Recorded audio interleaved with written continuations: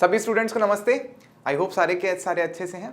तो 11th के कौन से ऐसे चैप्टर्स हैं केमिस्ट्री के जो कि 12th क्लास में बहुत भयंकर तरीके से काम आएंगे, उसके ऊपर एक छोटा सा वीडियो लाया हूं आप लोगों के लिए।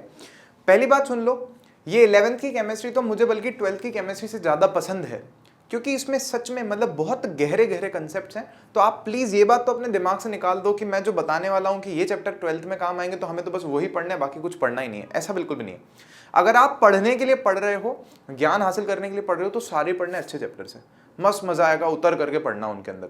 लेकिन हाँ, कुछ एक चैप्टर्स का 12th में डायरेक्ट लिंक है, वहां पर काम आएंगे। तो वो कौन से चैप्टर्स हैं वो अपन देख लेते हैं फटाफट से। तो यहाँ देखें सब जने, अपने देखो ब्रांचेस देखोगे ना, 3 तरह के चैप्टर्स हमें दे रखे हैं 11th में भी 12th में भी। आप देखोगे कुछ एक ऑर्गेनिक केमिस्ट्री के चैप्टर्स हैं, कुछ एक अकार्बनिक या इनऑर्गेनिक के हैं, और कुछ एक फिजिकल के हैं हमारे पास में, भौतिक रसायन के। तो एक बार देख लेते हैं फटाफट से अपन। 2 बुक्स हैं अपने पास में 11th में, सबको पता होगा, फर्स्ट सेकंड। इवन 12th में भी एनसीईआरटी की 2 ही बुक्स हैं, इसी तरह से फर्स्ट और सेकंड। तो यहाँ पर सीधा अपन इंडेक्स पर आ रहे हैं। तो देखो कौन से चैप्टर्स हैं अपने पास में। मैं पेन से मार्क करता जाऊंगा, चैप्टर्स में सारे दिखा रहा हूं आपको, लेकिन मैं मार्क करता जाऊंगा कि कौन से इंपॉर्टेंट है। देखो फर्स्ट वाले में एक चीज है, मोल कंसेप्ट। ठीक है, ये बहुत ज्यादा इंपॉर्टेंट है, लेकिन इसको टेंशन लेने की जरूरत नहीं है। ये 12th में फिर से रिपीट हो जाता है। 12th में जब हम सॉल्यूशन वाले चैप्टर में पढ़ते हैं तो इसका जितना हिस्सा वहां काम आना होता है तो वहां पर वापस पढ़ने को मिलता है। तो अगर आप यहाँ पढ़ लेते हो अच्छे से तो बढ़िया है, नहीं तो 12th में वापस पढ़ना ही है। तो इस पर मैं टिक नहीं लगा रहा कि एक बार के लिए चलो नहीं भी पढ़ा हुआ होगा तो काम चल जाता है, लेकिन पढ़ना है, ऐसा नहीं बोल रहा कि नहीं पढ़ना है। फिर दूसरा क्या है हमारे पास में, परमाणु की संरचना। ये एक यार बेसिक चैप्टर है, मतलब ये तो 9th से चलता आ रहा है आपके। इसको अच्छे से पढ़ो, जो भी समझा रखा है कि परमाणु कैसे है, क्या है, क्यों है, अच्छे से गहरा उतर करके पढ़ो, काम का चैप्टर है। फिर उसके बाद आप देखोगे तत्वों के आवर्त गुणों में आवर्तिता।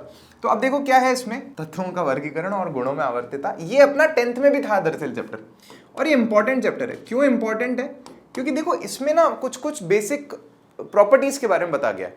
विद्युत ऋणात्मकता क्या हो गई, या साइज कैसे बढ़ता है, कैसे कम होता है, रेडियस का, मतलब कैसे धातु का गुण बढ़ेगा, कैसे अधातु का गुण बढ़ेगा। तो ये वाली चीज भले डायरेक्टली आपको कहीं काम नहीं आ रही, लेकिन इनडायरेक्टली आपको लॉजिक्स बनाने में हेल्प करती है और आपका एक फाउंडेशन बनाती है।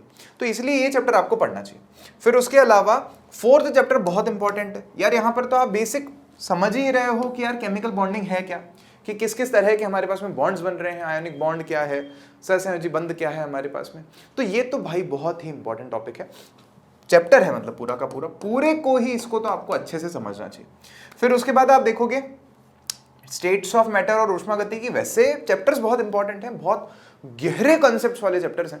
जैसे यहाँ पर आप ऊष्मागति की जब पढ़ते हो ना, तो वहाँ पर दिमाग का दही हो जाता है। गिब्स एनर्जी तक आते आते तो बोलते हैं सर इसको छोड़ो सर, बस बख्श दो हमको, है ना। द्रव्य की अवस्थाएं में बहुत थ्योरी है।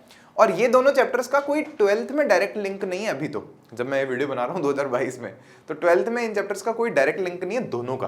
तो एक बार के लिए अगर आप नहीं पढ़ेंगे तो इट्स ओके।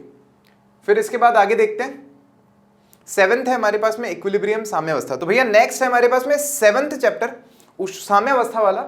ये थोड़ा इंपॉर्टेंट है, मतलब इसमें क्या है, एक आप प्रिंसिपल पढ़ेंगे, ले शातेलिय प्रिंसिपल, आप समझेंगे कि साम्य होता क्या है, कि रिएक्शन कब फॉरवर्ड जा रही है, कब बैकवर्ड आ रही है।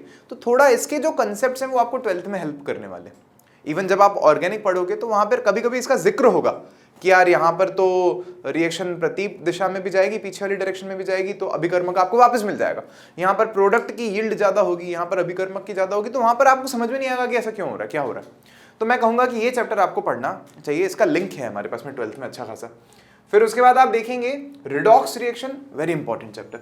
रिडॉक्स रिएक्शन काफी अच्छा चैप्टर है, काफी काम आने वाला है। ऑक्सीडेशन रिडक्शन पढ़े तो अपन 10th में भी है, लेकिन एक्सटेंड हुआ है थोड़ा सा, 11th में थोड़ा ज्यादा पढ़ोगे। और उसके अलावा आप नोटिस करोगे कि ना 12th में बहुत सारी रिएक्शंस में इस बातों की चर्चा होगी।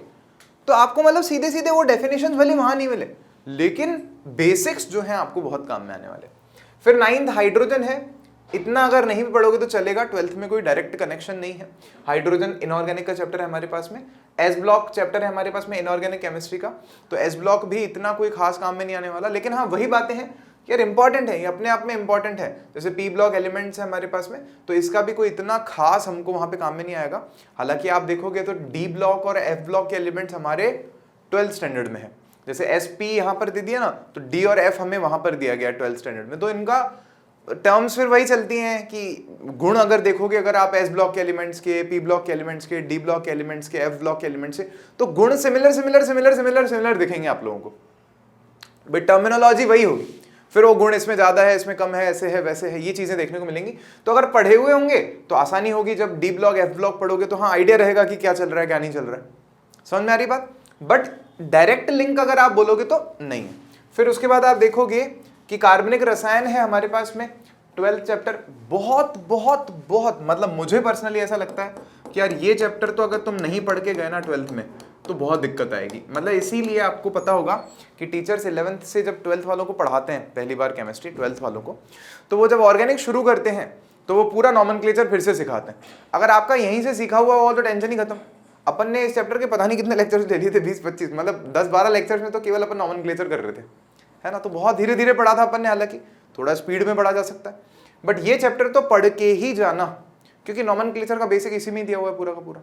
ऑर्गेनिक टिकी हुई है उस पर है, अगर आप नॉमेनक्लेचर ही नहीं समझ पा रहे तो ऑर्गेनिक में फंसोगे, बुरे वाले फंसोगे। फिर उसके बाद ये है हाइड्रोकार्बन, ये भी बहुत इंपॉर्टेंट चैप्टर है। मतलब इसमें कुछ एक प्रिंसिपल्स हैं, जैसे एक मार्कोनिकॉफ का नियम है, भाई 12th में पीछे नहीं छोड़ेगा तुम्हारा, जहां देखोगे अरे यार यहाँ भी घुसाओ मार्कोनिकॉफ को।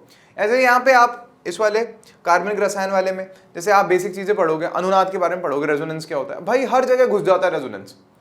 तो ये बहुत इंपॉर्टेंट है। और इवन हाइड्रोकार्बन भी सिमिलर कैटेगरी में ही है चैप्टर, कि इसके जो नियम है, इसमें जो छोटे छोटे बेसिक प्रिंसिपल्स आप सीखोगे, या जो ऐसे होता है ऐसे होता है ऐसे होता है ऑब्जर्वेशंस नियम, तो एज इट इज आपके 12th में काम में आने वाले हैं, एज इट इज आपके 12th में काम में आने वाले हैं। तो ये आई होप मैंने आपको क्लियर कर दिया है। और ये लास्ट के जो चैप्टर्स होते हैं वो हमारे पास इतना कोई लोड नहीं होता उनका, पर्यावरणीय रसायन वसायन ठीक है वो पढ़ लेते हैं अपन, हालांकि इंपॉर्टेंट बहुत है, क्योंकि पर्यावरण को बचाने से ज़्यादा जरूरी क्या है अपने पास में जीवन में। But still I would say कि ये जो मैंने बताए हैं आपको, मतलब अगर मैं शॉर्टकट में लिख दूँ तो मैंने आपको कौन से चैप्टर्स बोले हैं, कहाँ लिखूँ, इस पेज पे देखो, पिछले पेज पे देख लो एक बार, इस पेज पे 2nd chapter is very important, 3rd chapter, 4th chapter, और नेक्स्ट पेज पे मैंने आपको आई गेस 12th, अच्छा यहाँ पे 7th भी है ना, वो आया नहीं ना, 7th chapter is also important, और not just this, next page पर मैंने आपको बोला 12 और 13 इंपॉर्टेंट है, देख लो एक बार। 8th भी इंपॉर्टेंट है, ठीक है, 8th भी आपको पढ़ के जाना है। 2, 3, 4, 7, 8 और 12, 13 ये चैप्टर्स आपके 12th में डायरेक्ट कनेक्शन रखते हैं, अच्छे से पढ़ के आप 12th में जाइए। Thank you so much, take care, will meet you in next video.